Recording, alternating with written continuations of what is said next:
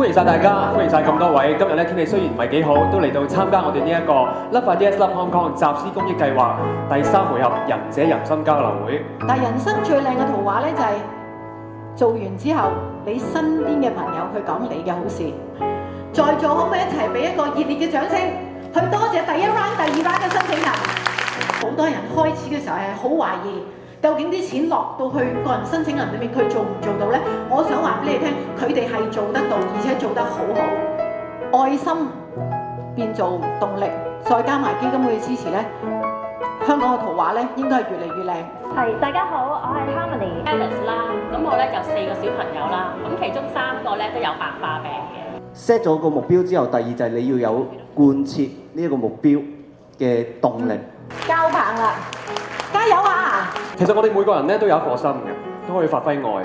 我哋香港係一個好有關愛嘅一個社會。嘅支持者支持我哋計劃啦。我哋嘅投票策略咧就層出不窮噶啦。我哋嘅社會上面好多深層嘅問題，我哋每一個人出一分力，幫助佢哋解除佢哋嘅障礙。喺今個回合咧 ，Love Ideas Love Hong Kong 集思公益計劃其實係增設咗一個專業嘅獎項，數量嗰個愛心係增加好多嘅。大家好，我叫做林鳳 Magic。哇！咁我發覺好多人都會忽略咗佢身邊嘅一啲事物。即係有啲人話你捐錢係咪為咗出名啊咁樣？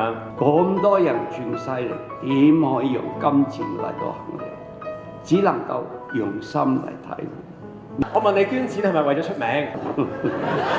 我實在已經出名啦，仲要攞1/3嘅資產嚟到揾出名，咁嘅成本邊際效益係冇人會做嘅。